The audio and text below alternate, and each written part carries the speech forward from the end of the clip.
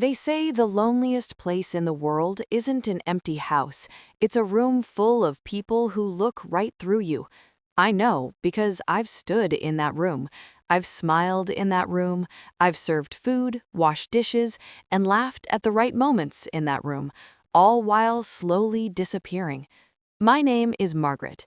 I'm 58 years old. I spent 32 years teaching children that the world had already given up on. Children with learning differences, children who couldn't read by third grade, who shook when called on, who flinched when a teacher raised their voice. I gave those children everything I had.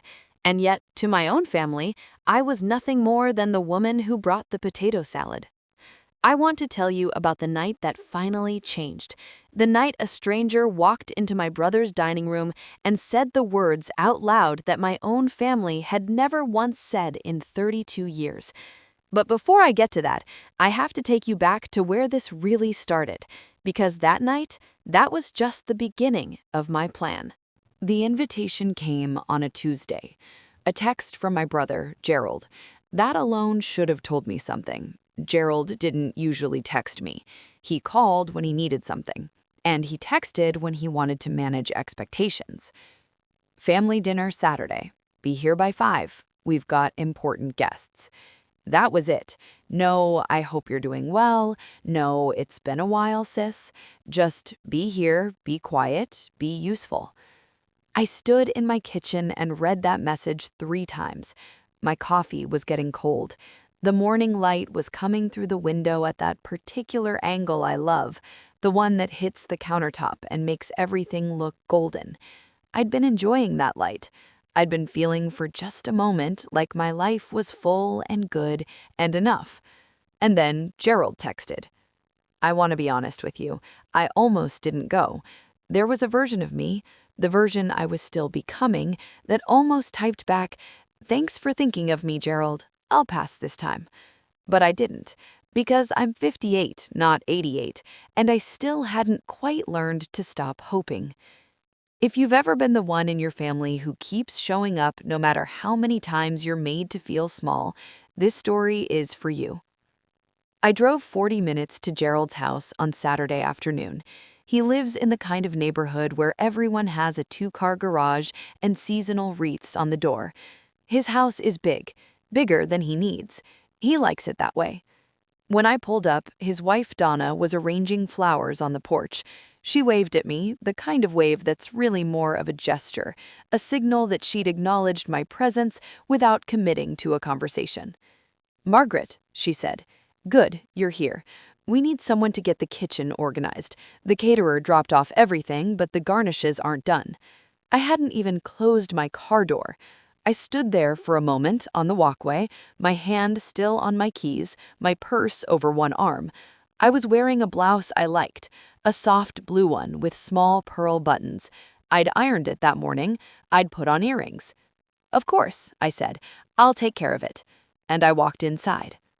The house smelled like roasted garlic and something expensive, a candle maybe, or a diffuser, the kind of scent that signals money and taste. Gerald was in the living room with 2 men I didn't recognize. He glanced over as I came in. "Oh, good. Donna put you on kitchen duty?" He said it like it was funny, like it was a family joke we all shared. "I'm happy to help," I said. He turned back to his guests. I went to the kitchen. For the next hour and a half, I sliced and arranged and stirred and tasted and covered things in plastic wrap and set timers and wiped down the counters. I didn't sit, I didn't stop. 2 of Gerald's neighbors came through and asked if I was the caterer. I said no, I was Gerald's sister. They nodded politely and moved on. At one point, Gerald appeared in the kitchen doorway. "Hey," he said, "when the guests get here, can you just keep it low-key? These are business people, important ones. I just need the evening to go smoothly." I looked at him. "What does keep it low-key mean, Gerald?" He shrugged. "You know, don't make it about yourself. Don't bring up the school stuff. Just be normal." Don't bring up the school stuff. 32 years, hundreds of children, state recognition for inclusive education, a letter from the governor's office that I kept in a frame above my desk. Don't bring up the school stuff." I turned back to the stove and said, "I'll keep it low-key." But something shifted in me right then, like a door very slowly beginning to close. The guests arrived at 6. Gerald's important visitors turned out to be a business partner named Richard Holloway and his daughter. Richard was the kind of man who shook hands with both hands, the kind who looks you in the eye just long enough to make you feel evaluated. He wore a watch I could tell cost more than my car. His daughter's name was Elizabeth. She was in her early 30s, I guessed. She had dark hair pulled back simply, and she wore a soft green dress. She was polite in the way that feels genuine rather than practiced. She said thank you when she was handed a drink, and she actually looked at the person who handed it to her. I noticed her, the way you notice certain people, something quiet but present about her. I was introduced, briefly, as Gerald's sister. His hand was on my shoulder for exactly 1 second before he steered me gently but firmly toward the kitchen. "I think we need more ice," he said. I went to get the ice. We sat down to dinner at 7. The table was set beautifully. Donna has an eye for those things. White linens, real crystal, the good china that only comes out when someone worth impressing is present. There were place cards. Mine said Margaret in Donna's handwriting. It was at the far end of the table, near the kitchen door. Near enough that I could hear when something was needed, I supposed. I sat down, I placed my napkin in my lap, I looked at the table, at the candles, at the flowers, at the 8 people arranged around it, and I thought, I have been coming to dinners like this my whole life, and I have never once been the reason the good china came out. That's not self-pity, it's just a fact I was finally beginning to see clearly. Conversation flowed around the table. Gerald talked about a real estate development he was involved in. Richard talked about markets, about investments, about a trip to Portugal. Donna laughed at everything. Gerald's son, my nephew Tyler, who is 26 and works for Gerald, talked about a car he wanted. Somewhere in the middle of all of it, Richard turned to me. "And Margaret, what is it you do?" The table shifted slightly, the way tables do when a question opens a new channel. Before I could answer, Gerald spoke. "She works with kids," he said, pleasantly, casually. "Special needs stuff. You know, it's like a teaching position, but more like aid work, helping out." I felt it land. Aid work, helping out. Richard nodded politely and began to turn back toward Gerald. And then Elizabeth spoke. She had been quiet through most of dinner, engaged but listening. Now she set down her fork. She looked across the table and her eyes found mine. "I'm sorry, I have to ask." Her voice had something in it, something that made the table go still. Are you Margaret Calloway, who taught at Millbrook Elementary?" The room changed. I looked at her. "I did. I retired from there last spring." Her face did something then. It sort of opened, like a window being raised. "I was in your class, 3rd and 4th grade. I had a lot of trouble with reading, with processing. They wanted to hold me back. They wanted to put me in a program that would have—" She stopped. Her jaw was tight for a moment. "You fought for me. You went to 3 different meetings and told them I needed support, not a label. You stayed after school with me twice a week for an entire year. If you've ever had a moment where you felt completely invisible and then completely seen in the span of about 30 seconds, you know exactly how I felt right then." I couldn't speak. Elizabeth said. Her voice was even now, clear. "I went to college. I graduated. I have a master's degree, and I run an organization now that helps kids exactly like I was." She paused. "And it's because of you. I need you to know that. I need everyone at this table to know that." The table was very quiet. Gerald was looking at his plate. I sat very still, and I felt, for the first time in a very long time, like the chair I was sitting in was exactly the right size for me. After Elizabeth spoke, there was a pause in the dinner. People said things, kind things, polite things. Richard told me his daughter had talked about a teacher for years. Donna said, "How lovely." Tyler looked at his phone under the table. Gerald said nothing. He picked up his wine glass and took a sip and looked toward the window. We finished eating. The conversation moved on, the way conversations do, back to business, back to comfortable territory. But something had shifted, and everyone could feel it, even if no one named it. When the meal was finished, I stood up automatically. I reached for the empty plate in front of me. Old habit. 20 years of family dinners had trained my hands before my mind could intervene. I walked to the kitchen. I set the plate in the sink. I turned on the water. And then I turned the water back off. I stood there at that sink, looking at the reflection in the dark kitchen window. A woman in a blue blouse with small pearl earrings, with 32 years of service in her bones. And I thought, why? Not angrily, not with bitterness, just genuinely, with real curiosity. Why am I the one who always does this? Why have I always been the one who makes herself smaller so that everyone else can feel larger? Why have I spent decades pouring myself into other people's children, into strangers' kids, into a classroom where I was seen and valued and real, while coming home to a family that treated me like a piece of furniture? I reached behind me and untied my apron. It was one of Donna's. She'd handed it to me when I arrived, white with a small embroidered flower on the front. I folded it neatly on the counter, and I walked back to the dining room. I sat down, in my chair, with my hands in my lap. The table fell into a small silence, not dramatic, just a pause in the rhythm that everyone had understood without ever discussing. Donna looked at the dishes. She looked at Gerald. Gerald looked at his wine. After a moment, Tyler got up and started clearing plates. It was the first time I had ever seen him do it. Gerald still said nothing, but I watched him from the corner of my eye, and I saw something cross his face. Not shame, not quite, more like a slow recognition. The face of someone realizing, very quietly, that they had been wrong about something for a very long time. I didn't feel triumph. I want to be clear about that. What I felt was something calmer, cleaner, like the moment you finally exhale a breath you didn't know you'd been holding. This was my revenge.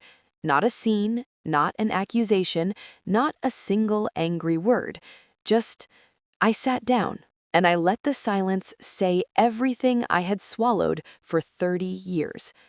After a while, I stood up. I got my purse, I went to the coat room and retrieved my jacket. Elizabeth was in the hallway. She'd stepped away from the table, and she was there when I turned around. "I've been hoping I'd find you," she said softly. I looked at her, this woman who had been a little girl once, a little girl who trembled in my classroom doorway, who couldn't read a full sentence out loud without crying, and I felt the full weight of all of it.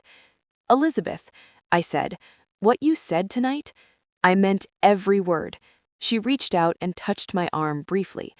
"I want to ask you something. There's a program I run for kids like I was. I could use someone like you, if you're interested, if you have time." I smiled, real and slow. "I have time," I said. She nodded. Her eyes were bright. "Then we'll talk." I walked out into the cool night air. The sky was dark and enormous and full of stars. I stood by my car for a moment and just breathed. 3 weeks later, I drove to Elizabeth's house. It was nothing like Gerald's. Smaller, warmer, full of light and mismatched furniture and stacks of books.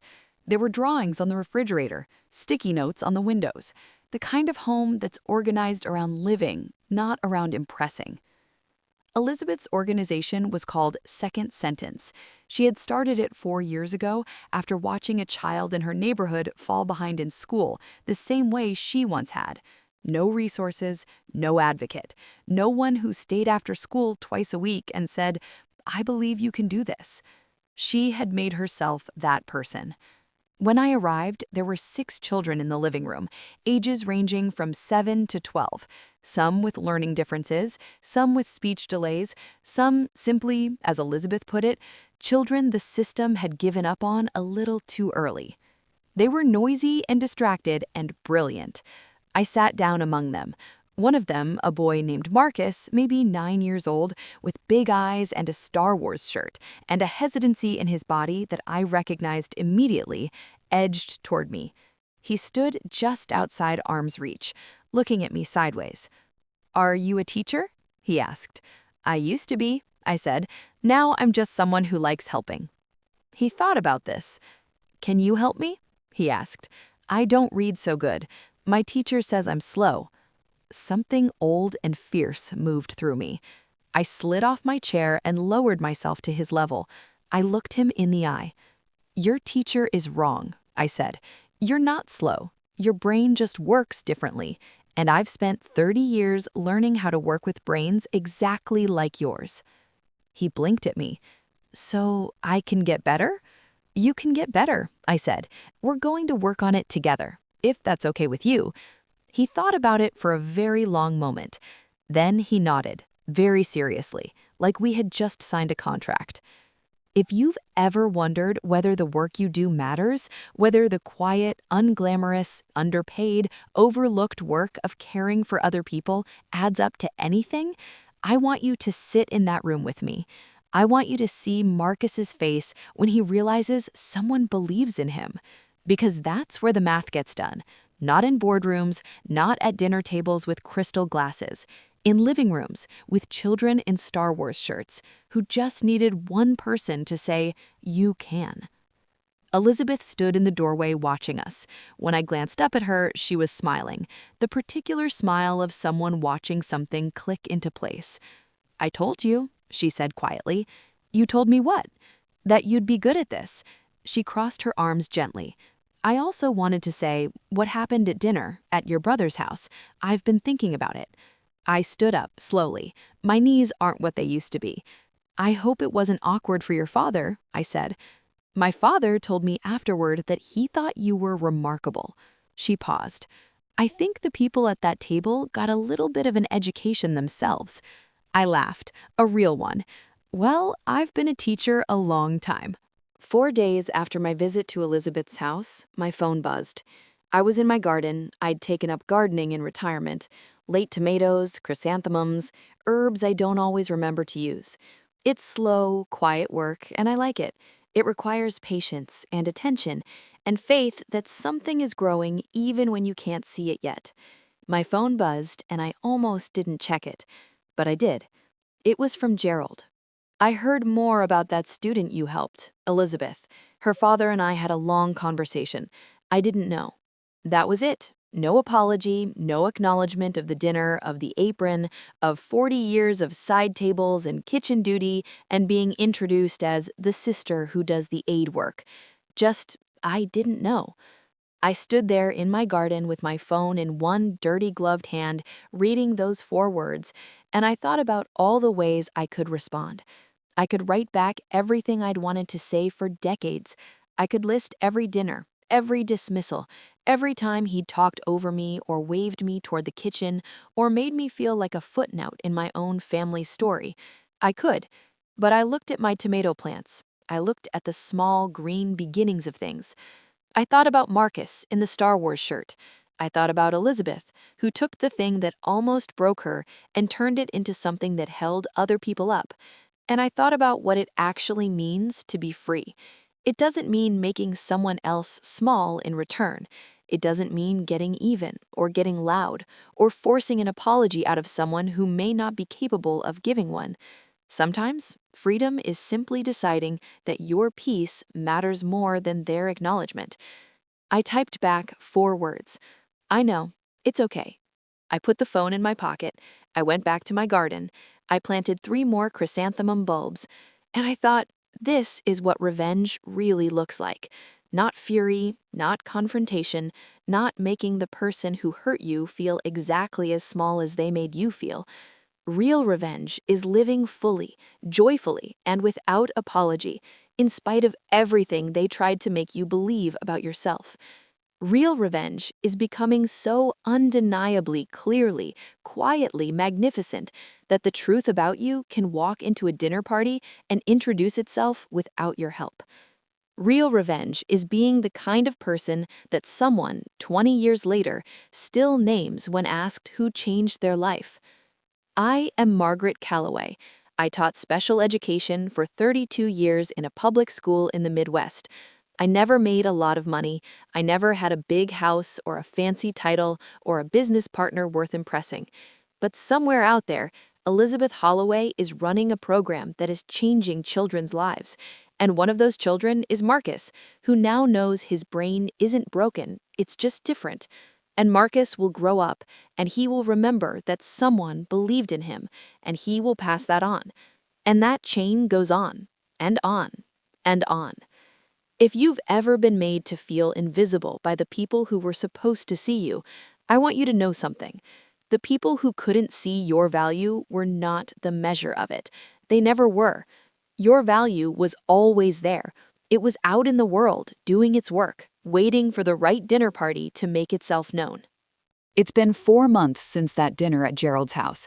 I go to Elizabeth's organization twice a week now. We're working on a reading program, one I designed from scratch, built on everything I learned across 32 years in a classroom.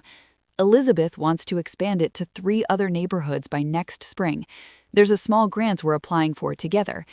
Marcus read his first full paragraph out loud last month.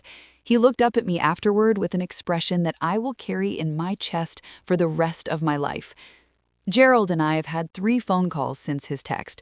They are cautious, careful conversations, nothing dramatic. He hasn't said, "I'm sorry." He may never, but the calls are real, and they are reaching towards something. Maybe that's enough. Maybe it will become more. I don't need it to happen on my schedule anymore. Donna sent me a card for my birthday.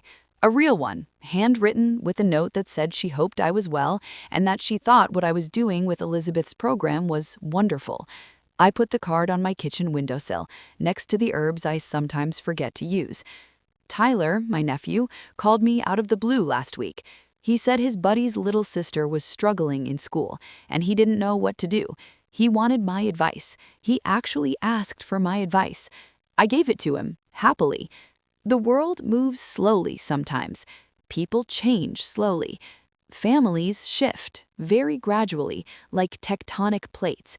You don't see it happening, but one day you realize the landscape looks a little different than it did. I am not the same woman who drove to Gerald's house in a blue blouse, quietly hoping that this time would be different. I am someone who has put down the apron, who has sat back down at the table, not Gerald's table, but my own, and taken up the full space of who I am. I grow chrysanthemums. I teach children. I am building something that will outlast me.